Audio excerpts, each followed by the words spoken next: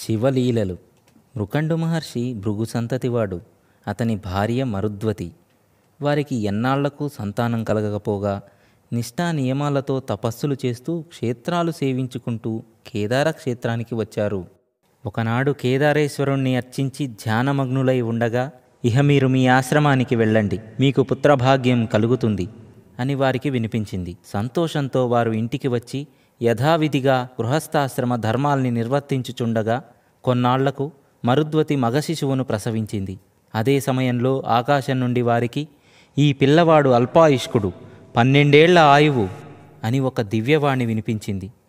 అది విని వారు ఆనంద శిఖరాగ్రం నుండి ఒక్కసారిగా దుఃఖసాగరపు లోతుల్లోకి కూలిపోయారు. చివరకు అంతా ఆ శివుని లీల, మనం ఏం చేయగలం అని తెప్పరిల్లి పసివాడి బోసి నవ్వుల్లో మైమరిచారు. తరువాత మృకండు కుమారుడికి జాతకర్మ జరిపించి మార్కండేయుడు అని నామకరణం చేశాడు.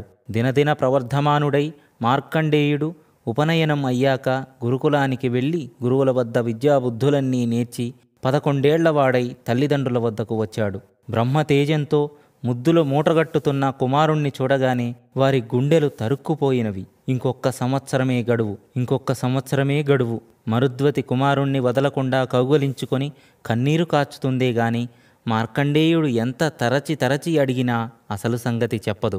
చివరకు మృకండుడే చెప్పలేక కొడుకుతో అతనికి 1 ఏడాదిలో మృత్యువు ఆసన్నం అవుతున్నదని విషయమంతా చెప్పాడు. అది విని మార్కండేయుడు ధీరచిత్తంతో కర్తవ్యాన్ని ఆలోచించి, మీరు నన్ను ఆశీర్వదించండి, ఇప్పుడే నేను తపస్సుకు వెళుతున్నాను, శివానుగ్రహంతో మృత్యువును జయించి చిరంజీవినై వస్తాను అని తల్లిదండ్రులకు ప్రణమిల్లాడు. మరుద్వతి మృకండులిద్దరూ కుమారుణ్ణి కౌగిలించుకొని చిరంజీవ అని దీవించారు. అదే సమయానికి అక్కడికి నారద మహర్షి వచ్చాడు. మృకండు నారదుణ్ణి పూజించి తమ కుమారుడి గురించి అంతా చెప్పాడు. నారదుడు మార్కండేయుడి దృఢ సంకల్పాన్ని మెచ్చుకున్నాడు. నాయనా మార్కండేయ, నువ్వు తిన్నగా గౌతమీ తీరానికి వెళ్ళు. అక్కడ పంచాక్షరీ మంత్రంతో శివుణ్ణి దీక్షతో అర్చించు, నీకు జయమవుతుంది అని దీవించి వెళ్ళాడు. మార్కండేయుడు గౌతమీ తీరాన్ని చేరుకొని సైకతలింగాన్ని ప్రతిష్ఠించి, చంద్రశేఖరా, నీవే నన్ను రక్షించు, నీ పాదాలను ఆశ్రయించిన నన్ను యముడు ఏం చేయగలడు అంటూ దీక్షతో తపస్సు సాగించాడు. లోకాలన్నీ తిరుగుతూ నారదుడు యముడి దగ్గరికి పోయి, మృత్యువును తప్పించుకోవటానికి మార్కండేయుడేనే మునిబాలకుడు తపస్సు చేస్తున్నాడు, ఇహ నీ బలాబలాలెలాంటివో తేలే సమయం వచ్చింది అంటూ చల్లగా చెప్పిపోయాడు. మార్కండేయుడి ఆయువు పూర్తిగా వస్తున్నది.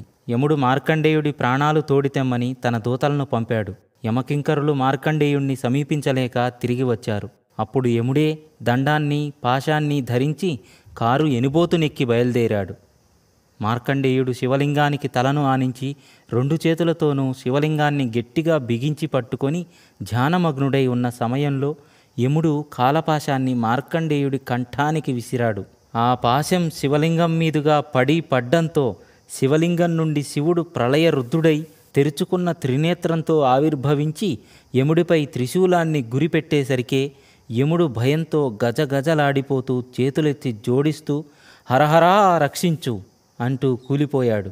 శివుడు మార్కండేయుడి తలపై తన అభయహస్తాన్ని ఉంచి, వత్సా, నీకు మృత్యువు లేదు, కల్పాంతరాలు చూస్తూ చిరంజీవిగా ఉంటావు అని వరమిచ్చాడు. తరువాత దేవతలంతా వచ్చి, యముడు లేకపోతే చాలా ఇబ్బందులు వచ్చి పడతాయి గనక యముణ్ణి మన్నించమని శివుణ్ణి కోరారు. శివుడి అనుగ్రహంతో యముడు మళ్ళీ పునర్జన్మ ఎత్తినట్లుగా లేచి తన లోకానికి వెళ్ళాడు.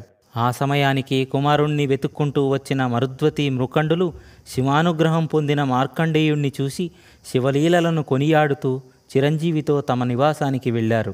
మార్కండేయుడు బహుకాలం జీవించినవాడు గాని అతనికన్నా ఎక్కువ కాలం జీవించిన వాళ్ళున్నారు. ఇంద్రద్యుమ్నుడు అనే రాజు బతికి ఉండగా గొప్ప యశస్సు సంపాదించి అది నిలిచినంతకాలము స్వర్గ సుఖాలు అనుభవించాడు.